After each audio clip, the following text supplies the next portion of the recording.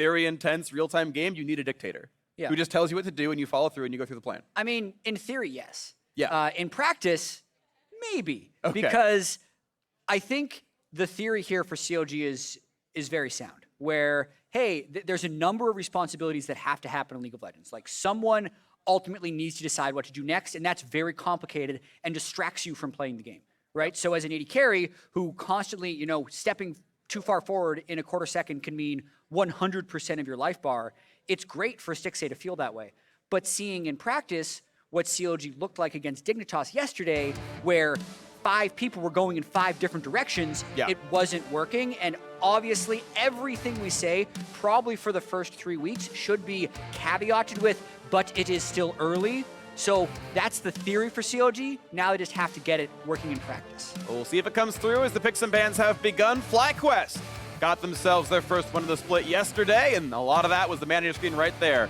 Viper on Riven, and we'll see if that... Yes, it does. Yes, it does. Riven is banned, and the smiles come out of the FlyQuest lineup. Yeah, the one, someone in the stands like, come on! I like that. That's why we're here to see Viper plays, to see his Riven, which is somewhat true. I mean, it's where FlyQuest has found most of their success for the past 2 years has been when Viper's been on Riven. Opens up Aatrox a bit more as a pick. One thing I want to shout out, by the way, if you see the left sleeve on the CLG jerseys, 10 years of CLG being an org, founded in 2010 as a League of Legends team by Hotshot GG. It's 2020, that's 10 years, Jat. That is it. Shout out everyone who was playing League in 2010 and remembers the inception of CLG. I heard some woos. You can be louder. I appreciate all of you who've been with us for a decade. It's awesome. Yeah, that's more like it. Set is not enabled, I'm sorry. It's pretty to look at. I'm as happy as you are. It is. But you cannot play Set. Next week he'll be available. Next week.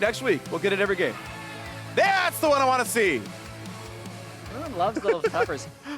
Yeah, I mean, just thinking about the overall meta a little bit. Oh, they love crowd baiting with hovers.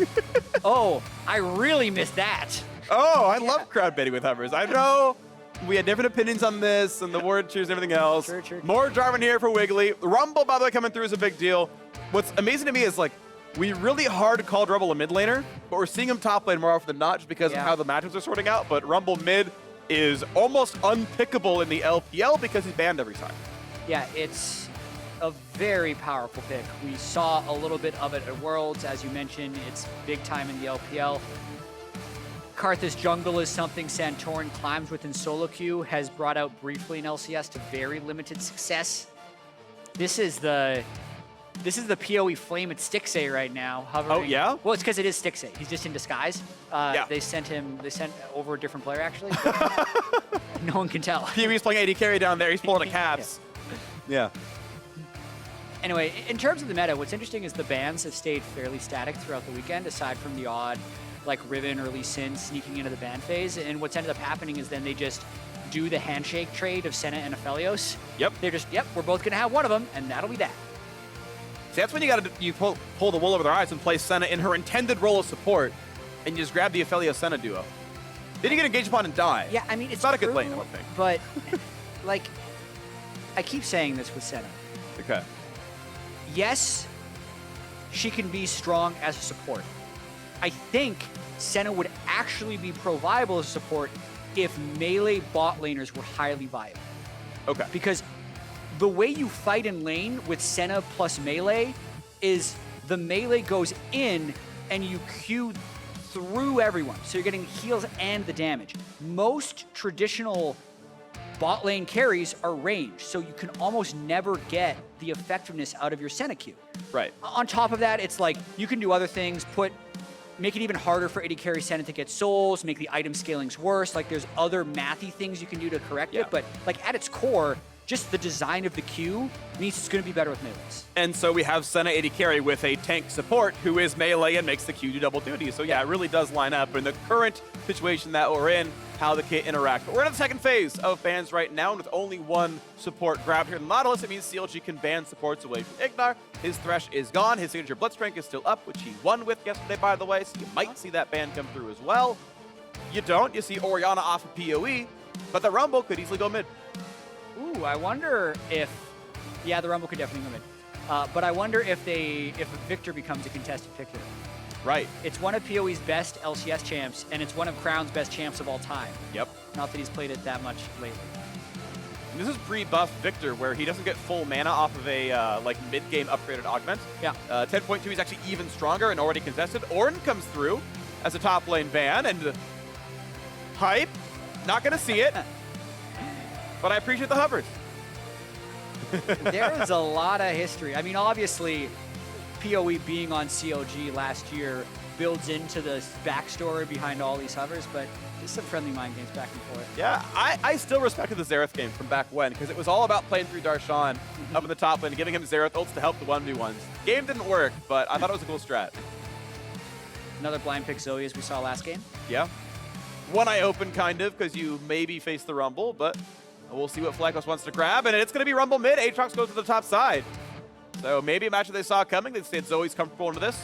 We'll take that okay. And now FlyQuest need their support for Ignar. Yeah, I think back-to-back blitz. It's not. Ooh, I think that Braum would be better here, but Leona is better for Ignar here. Yeah. If that makes complete sense.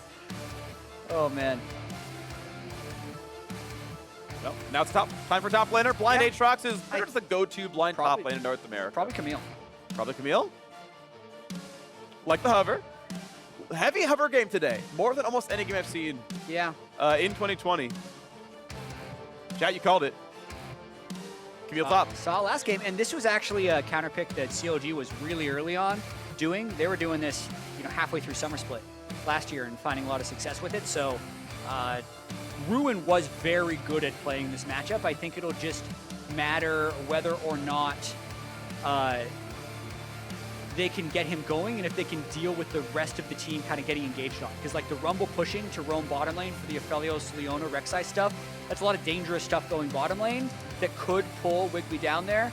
But if Wiggly's able to play top, then Ruin's going to be big. All right, well, final time ticks down. No more shots to be had, but these are the matchups. This is what we expect to see as we come in.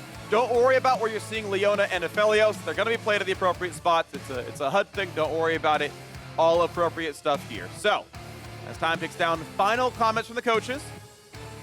Final thoughts. Here's how we play the game. Here's the lanes we play about. Here's the early game pressure. Here's the late game plan. Time for handshakes, and off they go. Let's see who can pick this one up.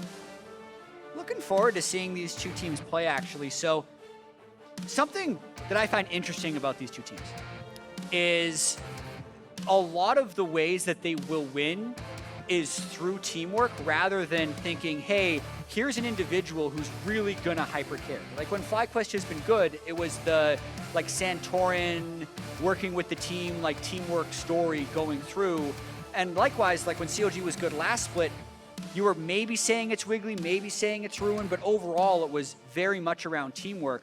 So based on preseason power rankings, I had CLG at 4th and FlyQuest at 7th.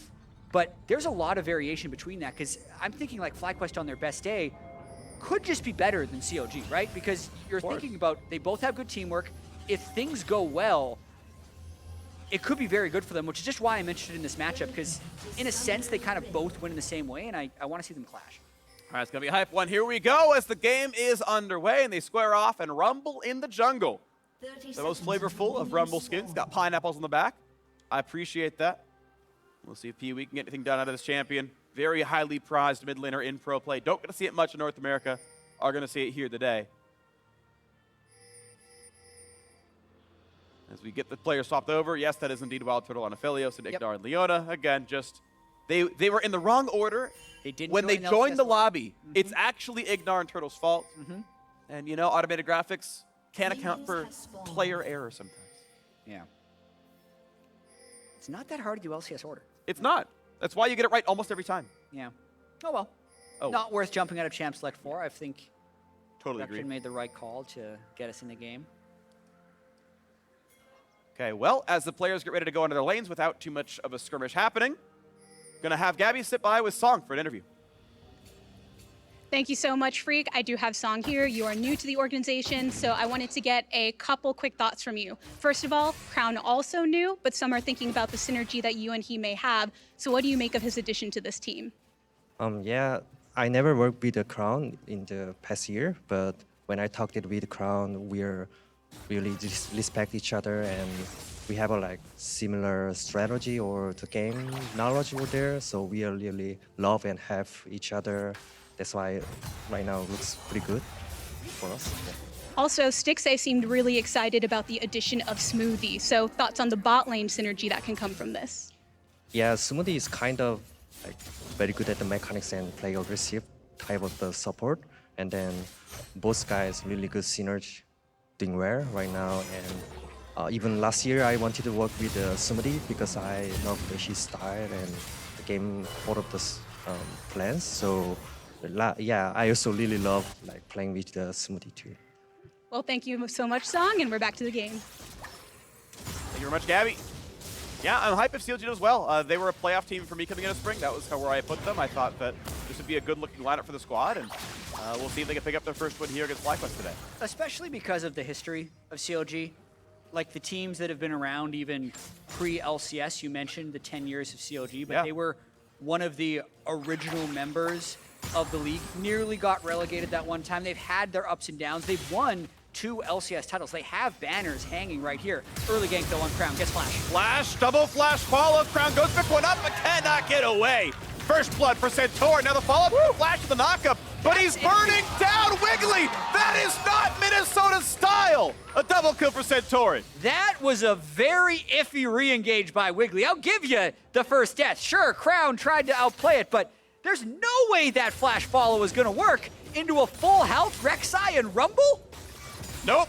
Big overreach there to make it go from bad to worse. So first off, good gank from Santorin. You're expecting him to go for Scuttle Crab. That's why Crown is trying to step up. Scuttle Crab spawns, it's not there. What I think happened in comms here is Ruin says, I'm here, and Smoothie says, I'm coming through river. And Wiggily doesn't want them to get away. That's what he was likely thinking. Doesn't make it right, and he ends up dying. 3 seconds off. Squad was not there for the follow-up. Instant turnaround. And that is 2 quick kills. 1,300 gold in the early game. And they gotta lick their wounds. Now Wiggily is up a camp. He managed to take an extra scuttle over here, so he's got, at least got some farm. But it's gonna be a long road back up. Oh yeah. Scuttle Crab, one camp whose experience wasn't changed in the offseason. So still very valuable to stay out on the map. And I want to see if Santorin can really get a lead here. With the double longsword advantage he has over Wiggily, any type of fight he can actually find in the jungle, he will be strongly advantaged. Jeez, man, just imagine a matchup where you're up double longsword and you're already favored in the 1v1. Just like, okay, maybe invade and take some camps away. Right now, though, Santorin just on the farm game. Crown push around on PoE. They're pretty close in farm here as well as the Rumble pushes up. Worth noting that, of course, he is flashless, and so Jarvan, if he can get behind at all, the EQ knockup can turn into a kill. It's going to require some respect at a PoE. One thing I want to kind of point out, a lot of junglers jungle off of field. I think Santorin is a jungler who definitely does the math. So last year, he was one of the first junglers to highly prioritize Krugs, because back then, Krugs gave about twice as much experience as other major jungle camps. Now, relatively, Gromp is the best camp to take. Yes. And I think Santorin is not going to be someone who takes a long time to optimize that in his paths. He's going to do it right away. So you can actually see, he did his Gromp, just pathed all the way across the map. There's actually a ward on Wiggly's Gromp area. So he's fully bought into trying to get this, is going to walk over ward here, and technically CLG would be here for a surprise game. Wiggily has snuck down to this part of this map, but of course we actually know Santorin's nearby. He controlled it a second ago. So his situation is known and sits around waiting, pulls down PoE, and Rumble is level 6. Equalizer gank could come through. Wards are there, Sweeper's there, they'll get rid of this vision. And Wiggily realizes, yep, I've got a recall, gotta go away from this one. His Raptors are back up, he'll clear those in a little bit. No gank actually happened. Yep, but he can easily just go for the Drake, generally knowing that people are going to be on a reset, and uses that double longsword advantage to get FlyQuest that early Ocean Drake. All of this is based off of his early game gank, but still a good start for FlyQuest. Santorin's also a player that pretty much always has the highest vision score of all junglers in the game he's in, over the league he's in. He often out-vision scores supports in his games as well. Early Sweeper got rid of that ward and kind of forced the bot lane back off the recall, made a very easy Ocean Drake grab, so he's out ganking, he's arguably out farming, and he's got the global objective here as well. And as long as we're talking about junglers, Yeah. I also find it interesting when junglers play against their former mid laners, which is what's happened because the mid laners have swapped, right? Like Santorin should be fairly familiar with how Crown plays the mid lane, and likewise with Wiggily and PowerOfEvil. So I think that's part of why both those junglers were drawn towards the mid lane. And this is probably reading too much into it, but I also wonder, like, hey, did Santorin notice that Crown kind of always pushed up around Scuttle Crab, or like, was that something that was either a weakness or a strength of his? Right. Because there's something clever about skipping over Scuttle Crab to go for that mid lane gank.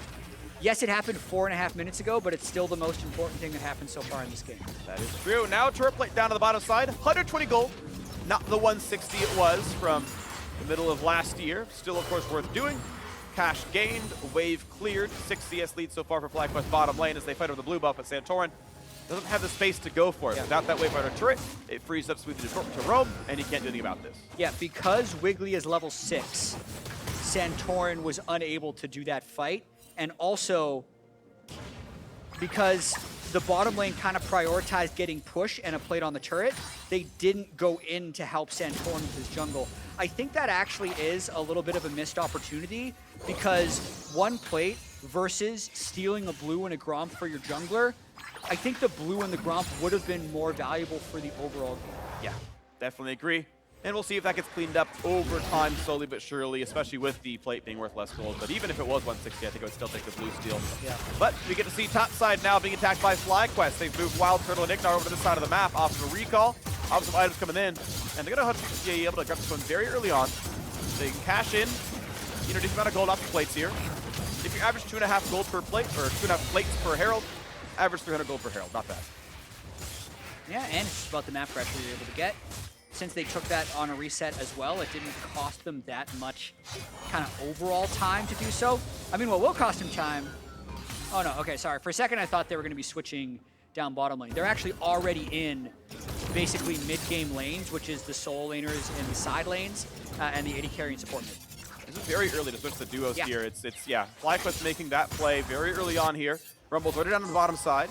But Rumble's one of the very best 1v2s anyway, as Stixxay tries to bring in Smoothie, but yeah, Q hits only to a minion. Viper's going to be careful, though. Of course, he is 1v4-ish.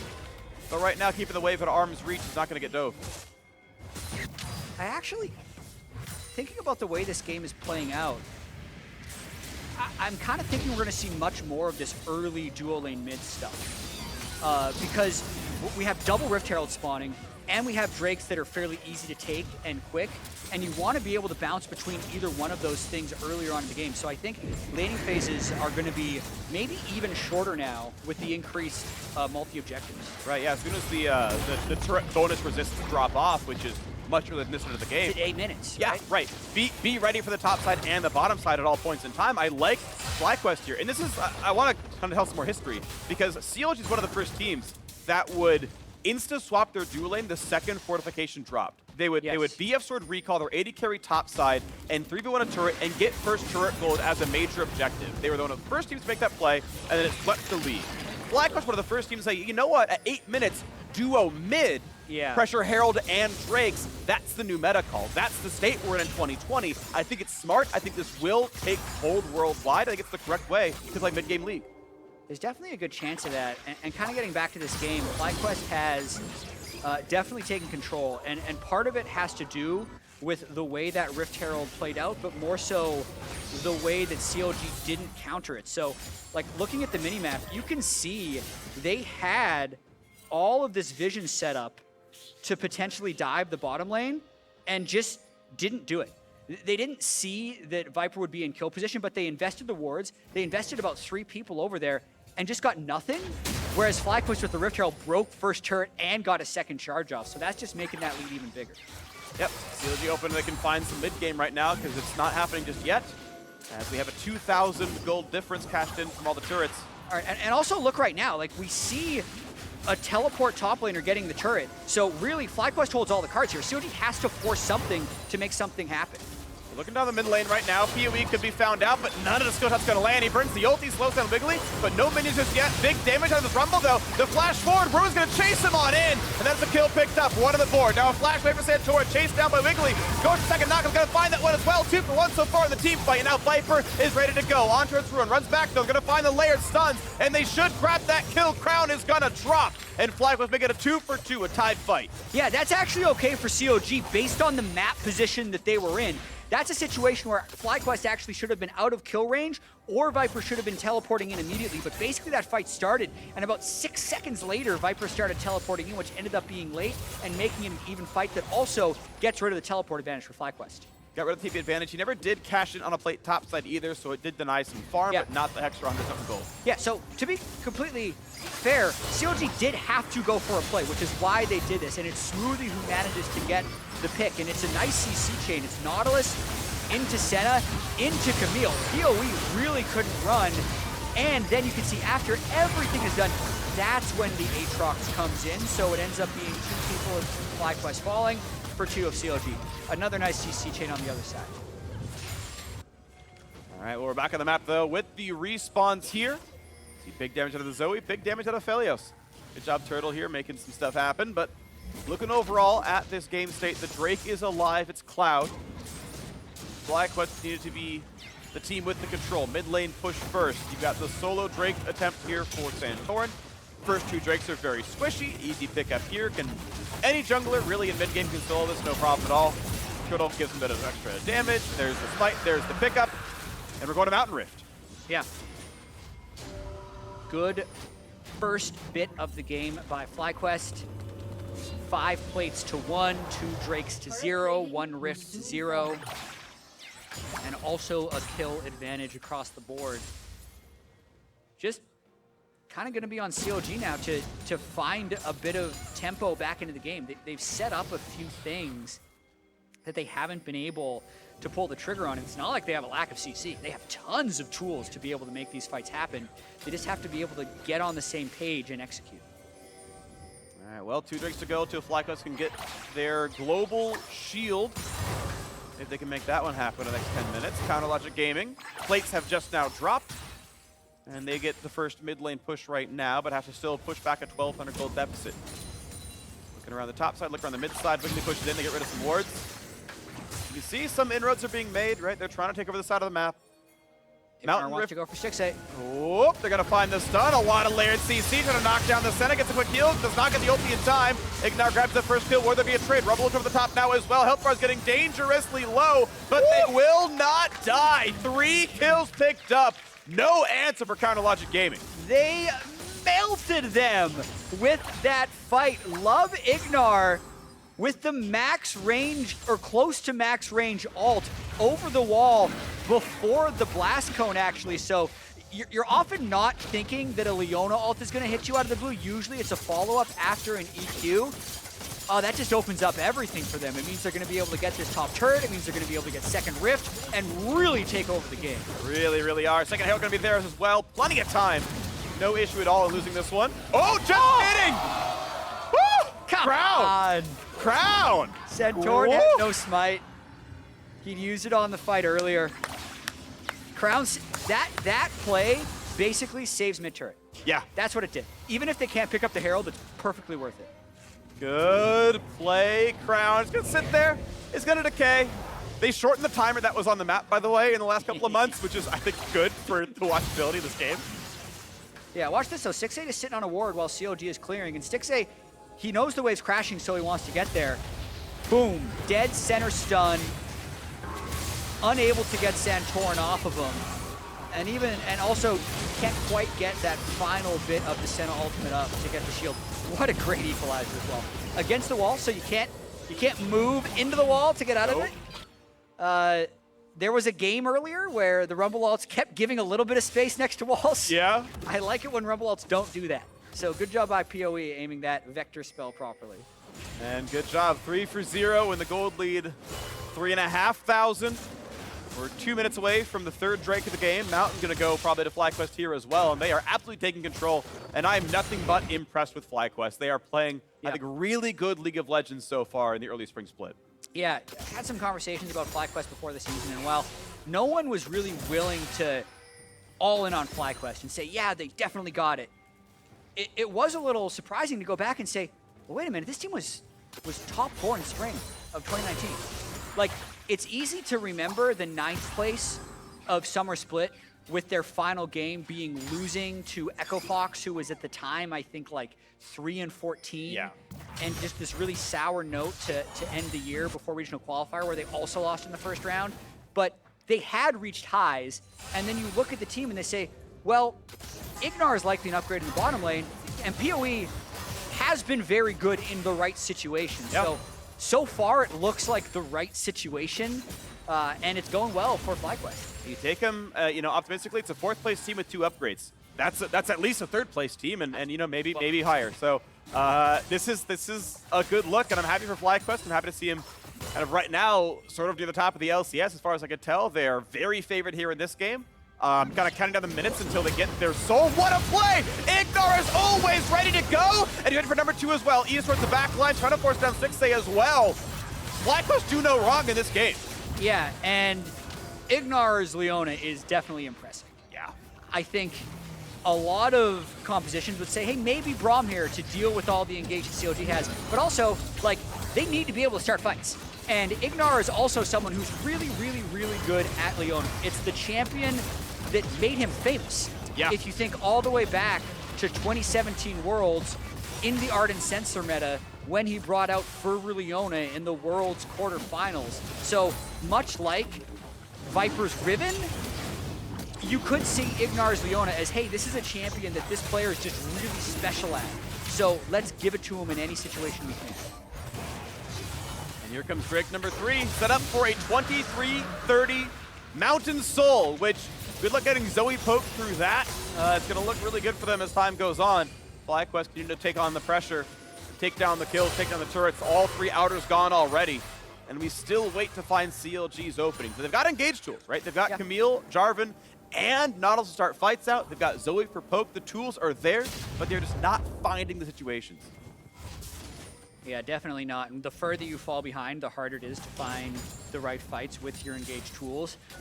They'll really need Smoothie to get Stoneplate before he's able to do any type of real engaging. Otherwise, he's just going to blow up basically instantly. CLG also hasn't been able to get side lane advantages with the Camille. It's meant to be this counter pick against Viper, but really just they've never been able to get the 2v2s going because super early on into the game, the mid lane was at a big disadvantage and PoE's been threatening roams between top and bottom.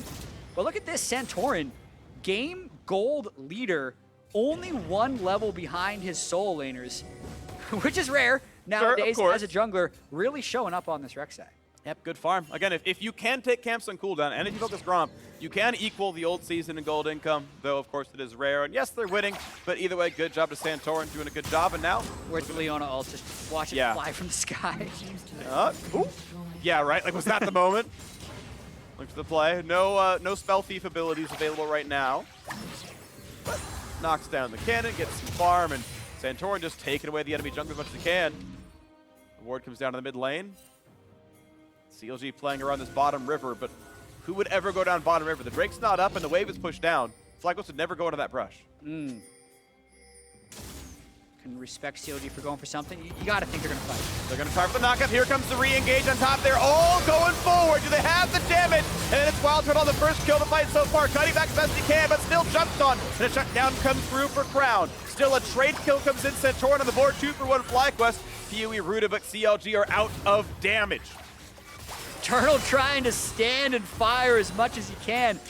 That right there is one of the reasons you often see defensive supports paired with the Felios, because when he gets jumped on, he really just gets to auto attack until he dies. Yeah. And there was no good peel that you could see from FlyQuest, but even with all that, they still won the fight. It was just Turtle who fell versus Ruin and Wiggily in their lead extents. Yeah, well, we can see that fight again. Yeah, CLG waited for a while in that brush. Time to go. It is a good initiation, right? Nautilus onto Jarvan onto Senna. They get a lot of damage down. Ruin even invulns the Senna or the Leona ultimate with his own Camille ulti, but it's just too little too late in terms of the overall game state. Another good ulti from PoE as well. Again, against the wall, stacking up the assists there. Did plenty of damage. Even though he didn't get any kills, I'm pretty sure he was top 2 damage charts for that fight. CLG, even when they try to make the plays, and good for them to try, they just cannot quite get enough out of it. Some of that is, of course, the gold lead. Yeah, and 1 minute, 50 seconds until a potential Mountain Soul. We have had a lot of discussions over which Mountain Soul is good in which situations.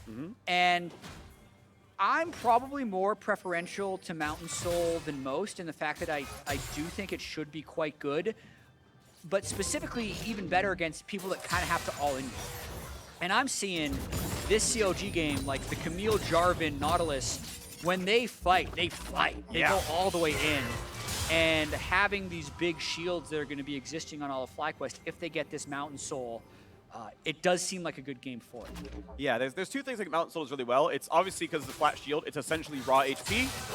Like, you have 2300 instead of 2100 health. Like, that is, it is beautiful. You just simply have more yet to chunk out. I think it is also good against poke because it refreshes out of combat. Because Zoe hits a Q, hits you 8 seconds later, you got another shield for 200 more health on top. So it's essentially also health regen. It is both those stats. It is good against almost all offensive comps. Yeah. But I would say any pure DPS over time comp where it's 300 DPS per champion, okay, that's less important. That's when Ocean maybe matters more because the fights are longer.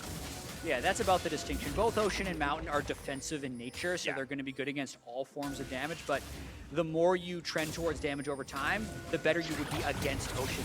As we see them setting up now, 18 seconds left. And there's a sleep.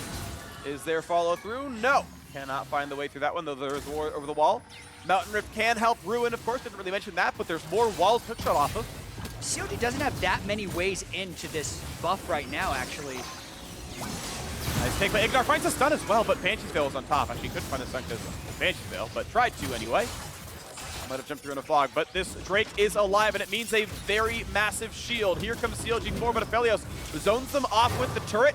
Gets the Gravitum root now as well. Second turret comes in pretty soon, but they're already focusing it down. Fly's going to peel. Watch Ignar. It's all about Wiggily here as well. Here comes the Tifa into the back line. They're going to take the battle first. On the far side is the kill on Zoe, and the other one is Aphelios dying. It's a 1-for-1, but they'll dock down the Nautilus as well. FlyQuest 2-1 so far. Santorin still alive. Wiggily the same, but can he go back in? He wants to. Look again at the Jarvan. Can he steal this Drake buff? He's going to get right back over the wall. The ward spots that he is gone. There should not be a way to steal this, and the Mountain Soul in the 4v3 goes over to FlyQuest. Oh man, great flank by Ignar. Great follow by PoE and Santorin. If Turtle only knew what was up, watch this replay. So everyone is like, hey, we're gonna wait for Stixxay and Crown to go. Look where Turtle is. He's just getting destroyed by Jarvan Camille because everyone else was diving on the flank. So almost perfect for FlyQuest. The net is another 2-for-1 fight and a Mountain Soul. So all good things, but I just found it a little humorous how Turtle wasn't in on it. It is. Short legs, a little humorous here. Poor guy. 12-4 though, and we're gonna keep it on going. 4,000 gold lead. Short arms are pretty sure for humorous. Short legs would be femurs. You know what? It's okay. We tried. Talking about turtles. You don't hit all the time. Yeah, you said it was a little humorous. It's a bone joke, chat. I'm subtle. Medic would have gotten it.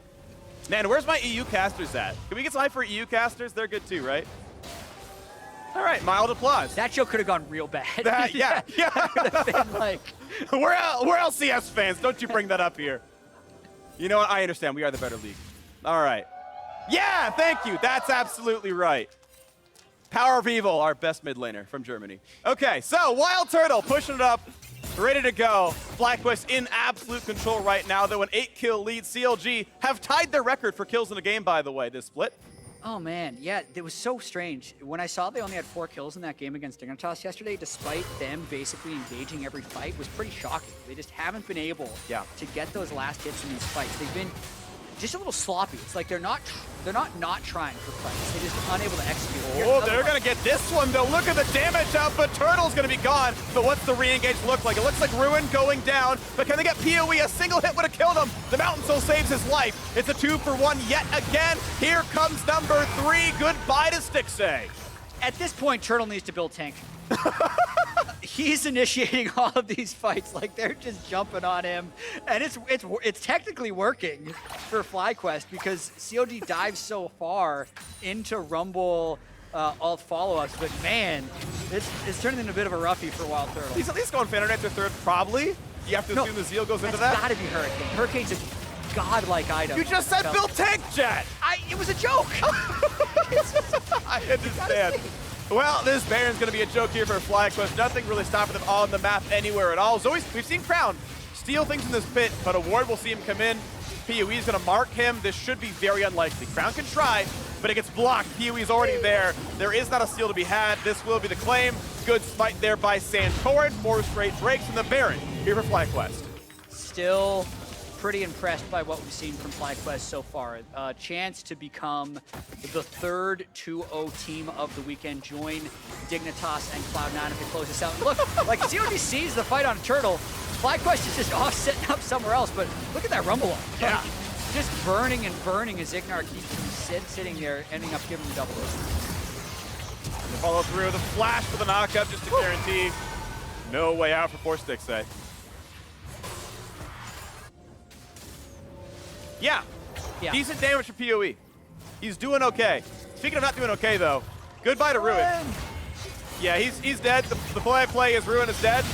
Yeah. He's going to do some damage, but he's dead. He ults, and he's dead. WildTurtle gets vengeance! There it is. That's one of those, he's super dead. Yeah. Like there's dead where you say it and maybe he'll get out. Like, this is not a be maybe. Wrong. This is a super dead. Nothing you can do this sort of thing. Oh, he's sleeping. Doesn't matter. You can't really follow through on that one. They probably kill him for it. Oh man, this is. I don't like What to is see it? this. You don't like to see it? Like the jungler who's Are those your missing off pinks? on the bottom side, kind of. Like you're trying to create pressure on the other side because you don't think you can defend the turret anyway, because it's going to be a 4 versus 5. But like he didn't even get the turret. He didn't even get Grom. Like he's just.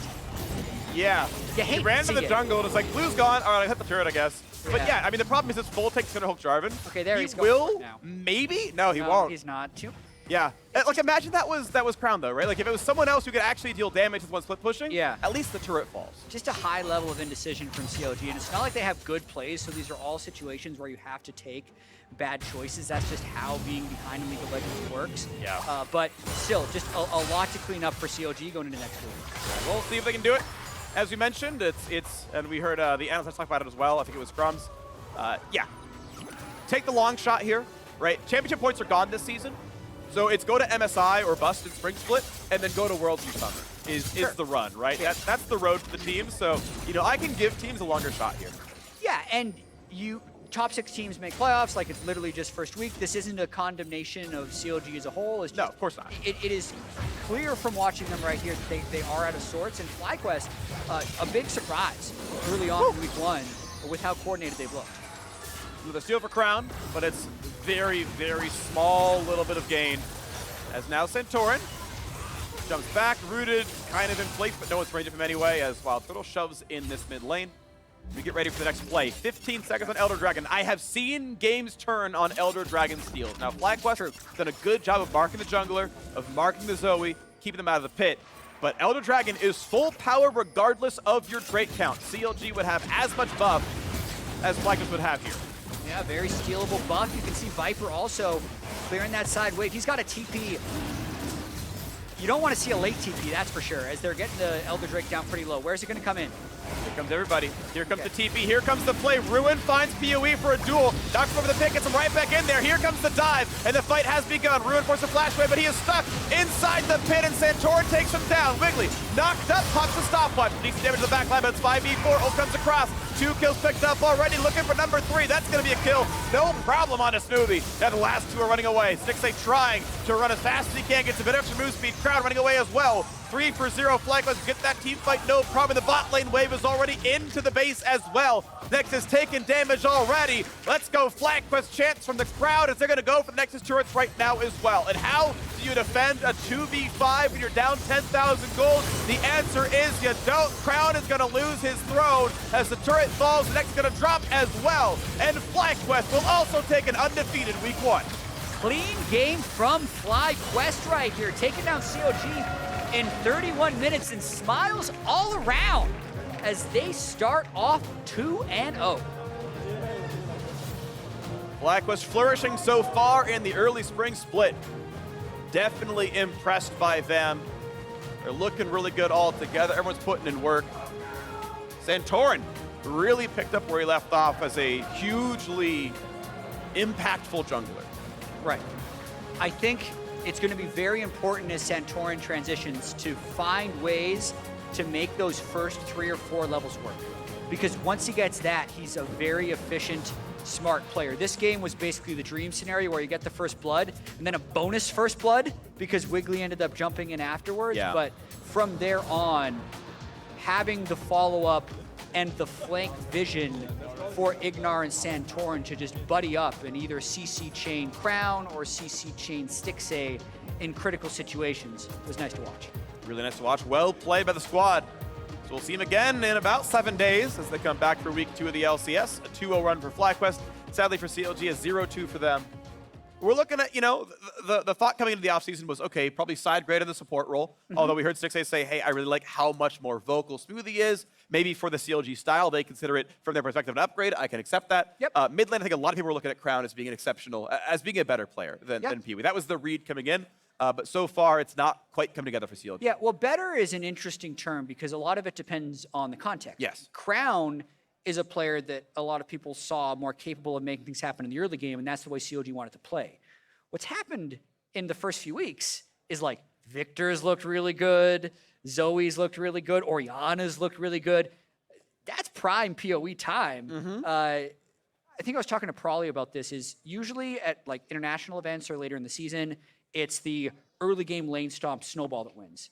But oftentimes in the early season, it's the scaling picks that work because teams aren't polished enough to close games early. Right. That then you have that late game power and you pick up a lot of the early wins. Right. So for sure, like every team tries to improve in the offseason, and early on, it's like FlyQuest improved in the offseason. Sure. CLG not so much, but again, jury's still out. Right, when you've only got like 12 players on the same roster in the same spot they were before, you've got to relearn teamwork and cohesiveness, everything. So you are in a different meta game in the sense that the teamwork is weaker, so a different style will work out here. Hey, great team fighting so far for FlyQuest. Good job on the 2-0. And now for more on that win, Gabby's standing by for an interview with WildTurtle.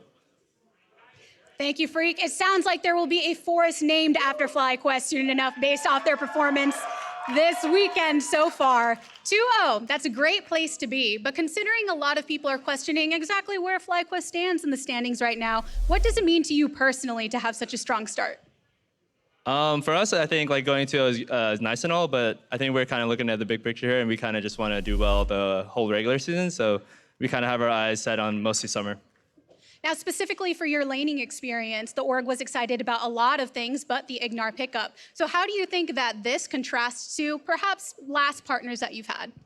I really enjoy playing with Ignar. I mean, he's a really good player, and he's a really funny guy too, so it's just like fun in and out of the game.